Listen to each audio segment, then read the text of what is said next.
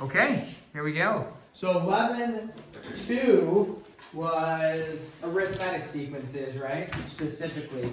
Then 11(3) is going to be geometric. So we're going to give a little formula for a geometric sequence, and a geometric sequence has a common denominator. Yeah, just keep saying that. Common ratio.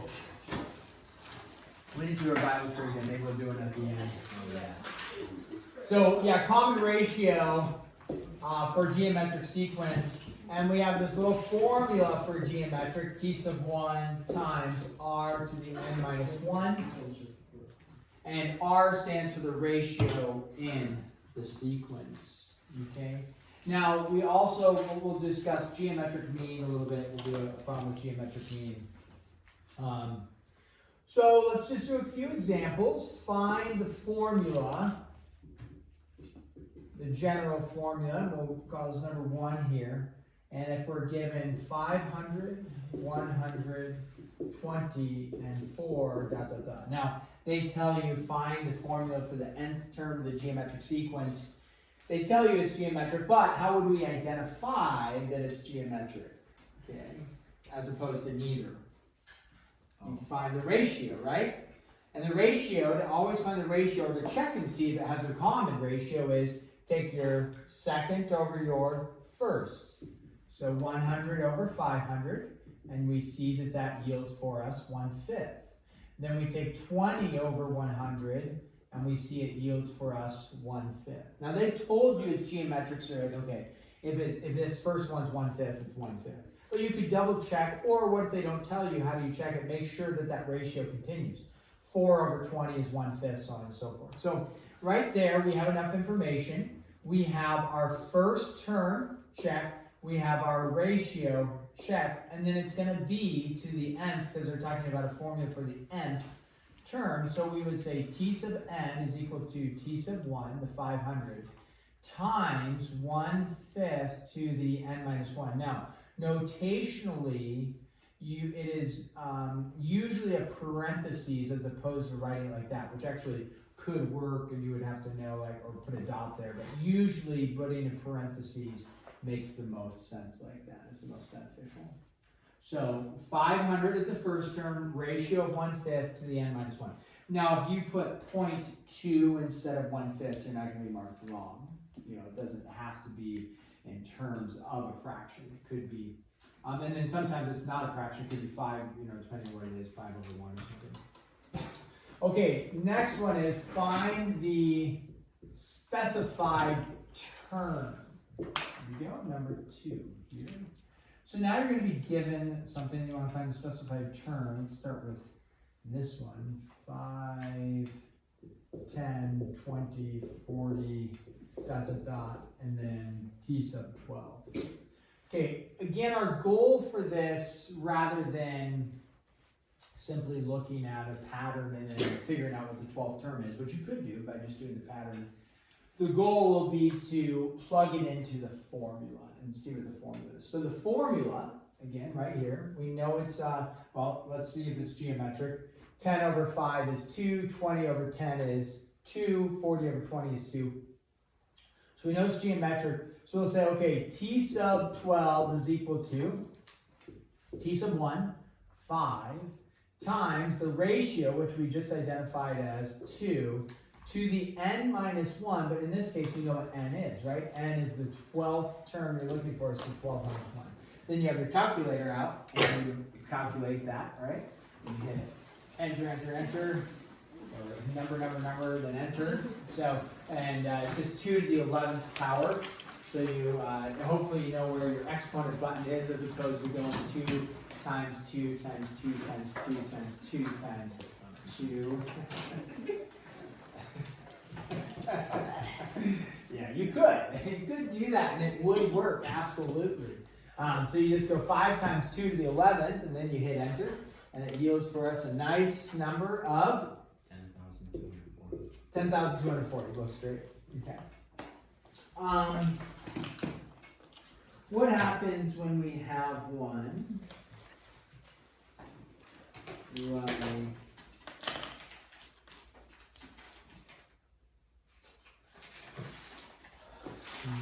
let's go with number 3 here.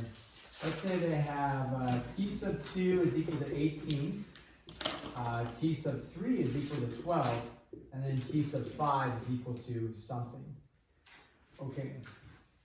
Now, with this falls into that category of you could do some logical reasoning, figure out what the ratio is, and extrapolate out what the fifth term is. Definitely you could do that. Just using some logical reasoning, figuring out from there. What we'd like to do is look at it in terms of an algebraic approach. Algebraic, again, formulating into an equation and then simplifying from there. Okay, so let's take a look at this. This will not be a system of linear equations. Hopefully you could recognize that this is not linear. It's not linear because you have multiplication going. Linear means you have addition or subtraction going. So we can take our information, though. We're going to take this information, write two equations, combine them, and then write an equation where we can plug in for the fifth term. That's our goal. Logical reasoning, you end up with an answer on a test, 3 points. With the equation, full credit. So we look at the formula, t sub n, right, is equal to t sub 1. What we know is that when we plug in 2 for n, we get out 18. So this represents, the t sub n represents what we get back out. So we get out 18 when we plug in, this was, which one was this? We don't know t sub 1, but times we do know it's the second term. So r, we don't know our ratio to the n minus 1, so 2 minus 1.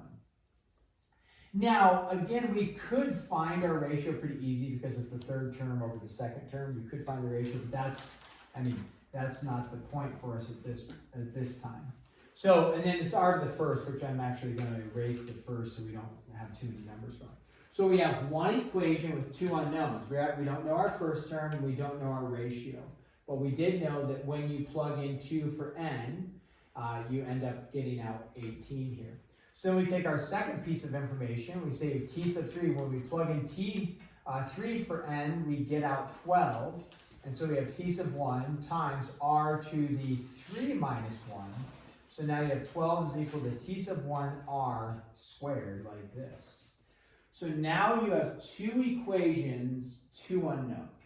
This goes back to 9-8, I believe, systems of equations. Not linear, but systems of equations. Typically, the easiest thing to do with systems of equations to solve is not elimination, where you stack them and subtract them or add them, right? But substitution. So you could do either route, it doesn't matter for substitution. Like in this case, this is t sub 1 to the first power, r to the first power, so that's kind of nice. This one, if you wanted to solve for r here, you could. It's going to get a little messy because you're going to have to take the square root to solve for r and then substitute in. So I probably wouldn't go that route. I'd probably just solve for t sub 1 or r over here. Or you could solve for t sub 1 over here, it's fine. It doesn't matter. So if we go, let's say t sub 1, we'll solve for that. T sub 1 is equal to 18 divided by r. So now I know wherever I have a t sub 1, what am I going to plug in? 18 over r. So we take this 18 over r and plug in. So 12 is equal to 18 over r times r squared. There you go, sorry. So t sub 1 was 18 over r times r squared. Now the nice thing about this one for us is we go, oh, r cancels there with r squared, right? And so you get rid of the squared and you just have r. So you have 12 is equal to 18r divide, and r is equal to 12 over 18, okay? Which we reduce, if we can, to 2/3. So we know our ratio is 2/3. Now, let me tell you, right, you're like, well, could I have done that right away and known that? You bet, because you could have said, well, the third term over the second term is 12 over 18, and isn't that what I came up with, 12 over 18? However, some of these are set up to be super easy, right? It's supposed to be, well, super easy. It's supposed to be kind of easy in the beginning, right? We're like not working with massive numbers. But what if this was t sub 2, this one's t sub 19, right? And now you're trying to extrapolate other ratios. It's not as easy. So yes, this one, 12 over 18, we could have done that right away. But the point is to work with the equation and understand how that works. So we get 2/3 for the ratio. We now need to plug in to find t sub 1. And so 18 divided by 2/3, keep it, flip it, or keep it, switch it, flip it, whatever. What's 18 divided by 2/3 give you? A number probably bigger than 18. What do we get out for that? 27. 27, okay, yep. 9 times 3 is 27. So now I've got t sub 1, check. I've got my ratio, check. And now I can plug into my formula. T sub 5 is equal to t sub 1 times 2/3 to the 5 minus 1. And all I'm doing is using this formula, t sub 1, r, and then n minus 1. That's where all that came from. T sub 1 is 27. 2/3 is my ratio. I'm looking for the fifth term, 5 minus 1. So it's 2/3 to the fourth. 27 times 2/3 to the fourth. And probably some sort of fraction answer is what we're going to get out. Don't do rounded decimal on these ones, right? Don't do that. So, what do we end up with? 27 times 2/3 to the fourth. Anybody? 16 over 3. 16 over 3. Okay. Is that confusing for people? Maybe. That's right. 16 over 3. Yeah. It's like, oh no, it's a fraction. Okay. It's no problem. That looks great. So on the test, mid-chapter assessment, whatever, if this one's on there, this yields for you full credit. If you're like, hey, I don't want to do that, I just want to go and just do 12 over 18 and I get 2/3, you know, and you skip all that other stuff, and you're still going to get like 3 of the 4 points. So you can just get that if that's the one on there. No, nothing wrong with using some logical reasoning. Don't want to like ding you for all of that. Okay, geometric mean is different than the, geometric mean. Different than arithmetic mean. So how do you find the geometric mean? Geometric mean, number 3, is always found between 2 positive values. So geometric mean, you don't have, if you don't have 7 values and you find the geometric mean between 7 values. You can with arithmetic mean, right? There's 12 people that took a test, you add up all the tests, the scores, divide by 12, right? So arithmetic mean you can do with unlimited amounts of numbers. Geometric mean is always only between 2 numbers and they're always positive. So when they ask for the geometric mean, they're just going to give you 2 numbers and say, what's the geometric mean between the 2 numbers? And so if we take, okay, we have 7 and let's go with 25. 7 and 25. Geometric mean is not arithmetic mean, so don't add them, divide by 2. That's wrong. That's arithmetic mean. Geometric mean is, it comes from setting up a ratio, and the ratio was, it doesn't actually matter if we go 7 over g is equal to g over 25, or g over 7 is equal to 25 over g, it doesn't matter. But, and even if you don't set up this ratio, that's fine. I'll show you that the geometric mean is simply the square root, the positive, usually we say plus or minus, but it's the positive square root of the product of the 2 numbers. So all geometric mean is the product of the square root of the 2 numbers. So if, and then like in simplest radical form, right, this would just be 5 root 7. And then, so it's not going to be like halfway between, if you did the decimal on that, right, it's not halfway between 7 and 25. Because halfway between is finding the arithmetic mean. So what is the decimal on that? 13.2. 13.2. So if they wanted a decimal, okay, 13.2. And you can see that it's not halfway between. So the geometric mean has plays into ratios and Pythagorean theorem stuff in geometry, is where you see the geometric mean used quite a bit. with different right triangle stuff. We're not going to deal with that. We're just a brief review. This is as much as we review. So how do you find geometric mean? You can actually skip this idea, and just go directly to, it's the square root of the two numbers multiplied together. So make sure you know how to do that. All right. Then the other ones are that we'll look at. Let's do this one, like this is it arithmetic, geometric, or neither? And then we're going to find a formula for it. Okay, so for number 5 here. So if we have, let's say, 2a plus 1, 3a plus 3, so we'll do one with variables here, 4a plus 5, dot, dot, dot. I'm sorry, 4a plus 5. 3a plus 3, 2a plus 1. So we look at this looks a little more confusing, right? Because there's no numerical value. Well, there are, it's 2, 3, 4, and 5, whatever. But there's not a nice 5, 10, 20, 40, 500, 100, 20, 40, 2, 4, 6, 8. Who do we appreciate? Right? Not you. So, right, we look at this. How do we test it for, is it arithmetic or geometric, and if it's neither of those, can we find a pattern for it? And is it a sequence? So, if we say, well, let's try geometric, just because I know that's actually wrong, but let's try geometric. We go 3a plus 3 divided by 2a plus 1.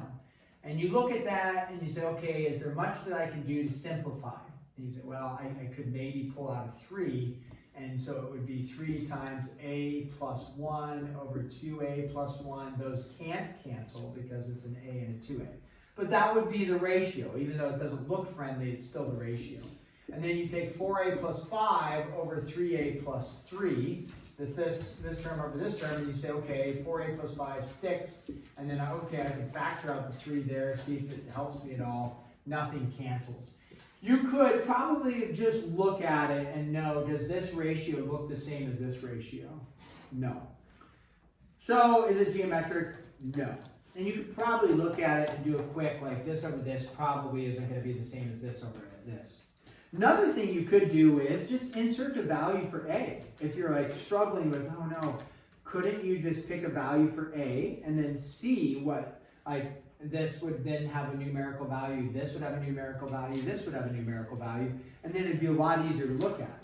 Usually when you substitute in a number for a, okay, if you're going to put a number in for a, what might you put in?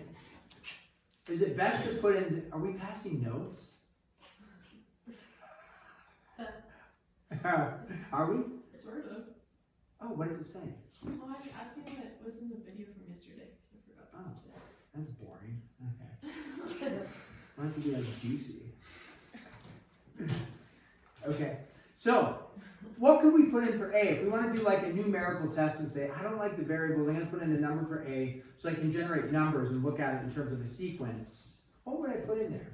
Well, if you put in 0, sometimes that's messy because 0 plus something doesn't change anything. 0 times something, it goes to 0. If you put in 1, that doesn't always help us because 1 times 1 stays as 1. If you put in 2, 2 is sometimes can be a little messy because 2 plus 2 is 4, 2 times 2 is 4. So a good general number to start with to plug into a test would be like a 3. You don't need to do this. You could. You could plug in a 3, a 3, and a 3, and then see what those are and see what it looks like. The other way is, though, just like we did, this doesn't look the same as this. And then, what else could I do? For arithmetic, I'm just going to, right, it's a common difference. You take your second term minus, that's a plus 3, minus your first term, so 2a plus 1. And you say, okay, what does that give me? Well, 3a minus 2a gives me just a. 3 minus 1 gives me 2. So the difference was they added a plus 2. Then you do your 4a plus 5 minus 3a plus 3.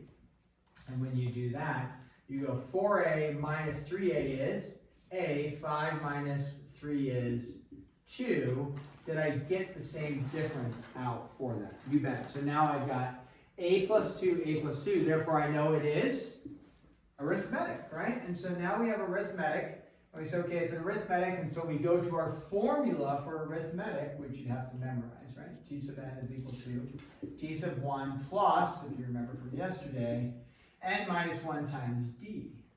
Now this isn't going to look as neat and friendly because I have a, the first term is a 2a plus 1, so I've got some variable expressions going.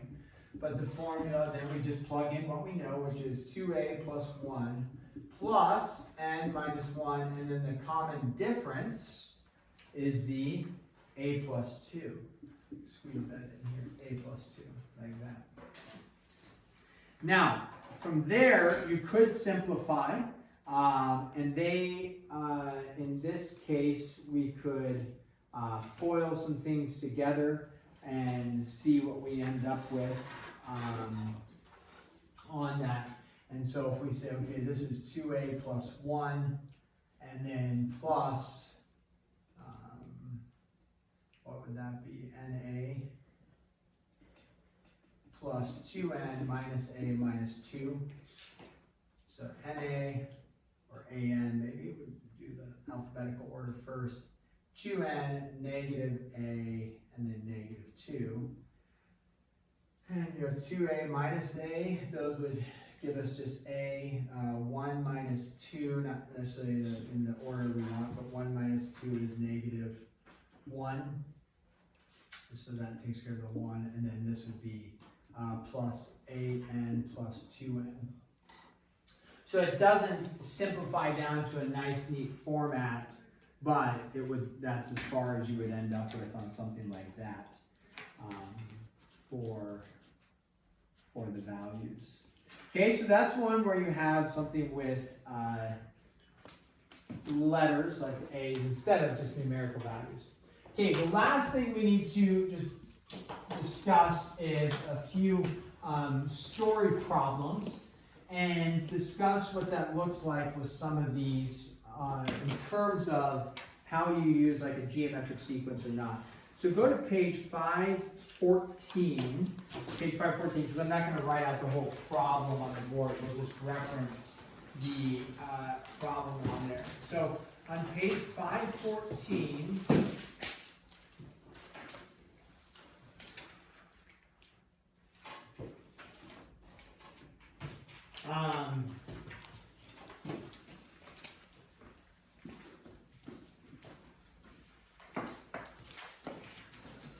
let's go to number 3.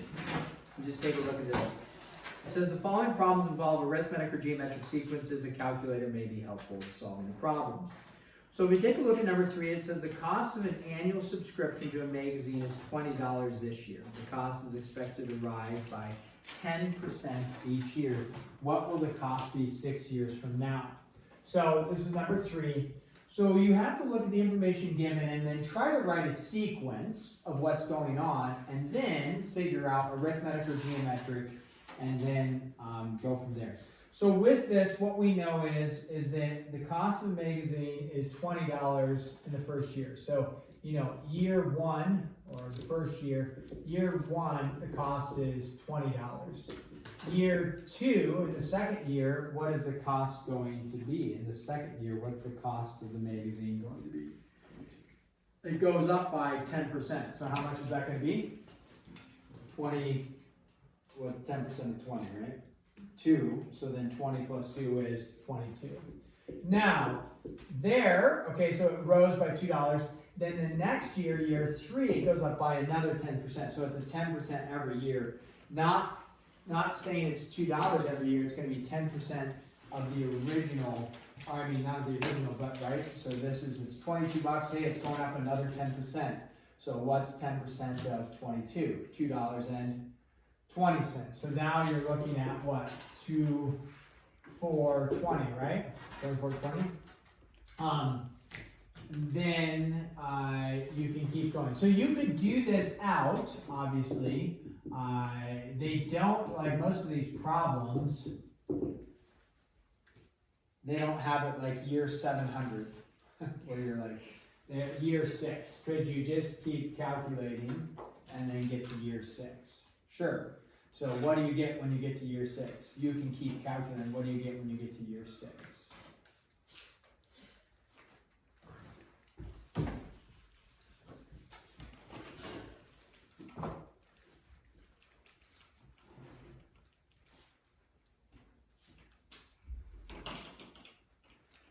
You just have to keep going.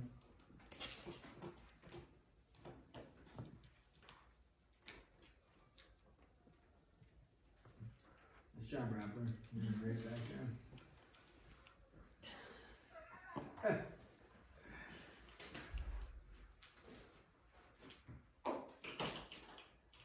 Anybody coming up with something?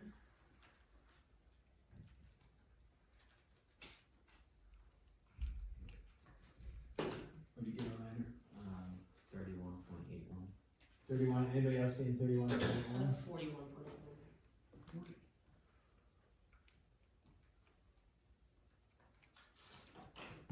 Well, tack on. Anybody else? We got 31, then we got 41, I got 41. another 41er. Whoops. Whoops. Doesn't mean you're wrong.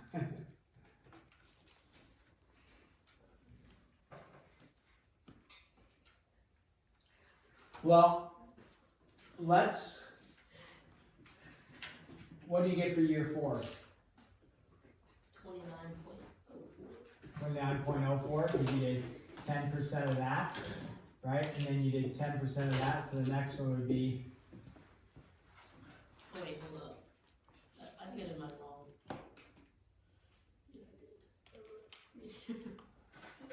and now we're wrong. Yeah, same, I didn't do it. I think mine is right. What did you get, Amy? 32? That's what I got too. 32, what? Yes. We got 32, we got a 41er, we got a 31er. Let's do that. I did 31. You got 32 something? Yes. 31.9. 31.9 something? 31.8. 31.8? No. Okay, so let's identify this. To go from there's a difference of 2, here's a difference of 220. Is this arithmetic or geometric? Well, it's not arithmetic, right? So we're thinking it's geometric. What's the common ratio going to be? They tell you right there in the problem. What is it? What was the rate? What did you say? 110. 1/10. Where does 1/10 come from? 10%, yeah. So absolutely, it's 10% or 0.1 or 1/10. So it's going to be going up by 10%. So let's do our math here. We say, okay, what is T sub? What year are we looking for? T sub 6. What's the first term? $20, right? Times, and then Giselle said 1/10. What's another way to write 1/10 if you're a little confused by that? 10% or 0.1. Either way is fine. 0.1, and then you're going to the n minus 1, which is the 6th year minus 1, right? That's the formula. And now crank that in your calculator, and then we should all get the same answer. That's 32. Yes.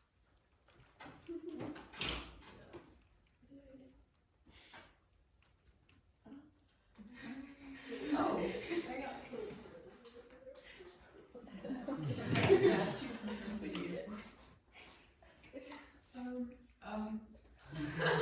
That's the same thing. Point 0002. Yeah, that's what I got. It's, okay, 0.00002, right?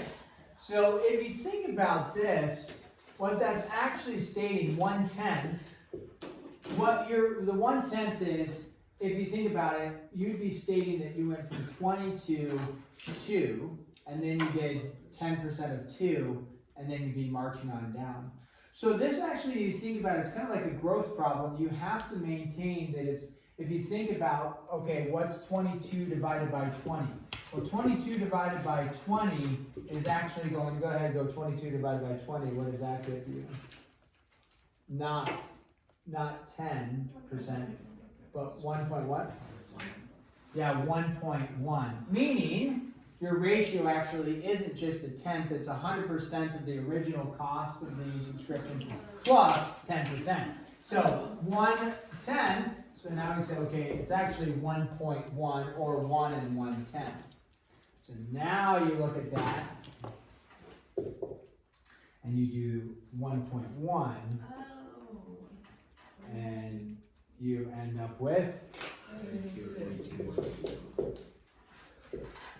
32.21 because we're talking dollars, right? 32.21. So on these, if you, again, what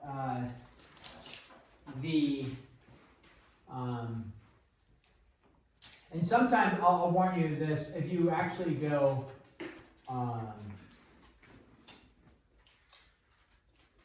the book answer is actually going to be T sub 7, so it's like $34 or something, they had $35.43. So in this, what they're asking is, because it's like, well, that's the next level, it says, the cost of an annual subscription is $20 this year. The cost is expected to go up 10% each year. What will it cost 6 years from now? So they are thinking, the question would be, I don't know if it's poorly worded, it's just worded 6 years from now. Well, are they talking about the beginning of the subscription or after 1 year, 6 more years after that? They are saying 6 more years after the first year. Well, I think it's up to interpretation in terms of like how many years. Okay, your homework is 1 through 21 Bob, 27 through 36 all. I'll try to get these sheets actually printed out today. 1 through 21 Bob, 27 through 36 all, and then let's go problems 1, 2, 7, 8, 11. Problems, story problems 1, 2, 7, 8, 11. Let's make this one due on Wednesday. So not tomorrow. We'll do the next section tomorrow, so you'll have 2 lessons, but then we won't have school Monday or Tuesday. So this one will be due on Wednesday.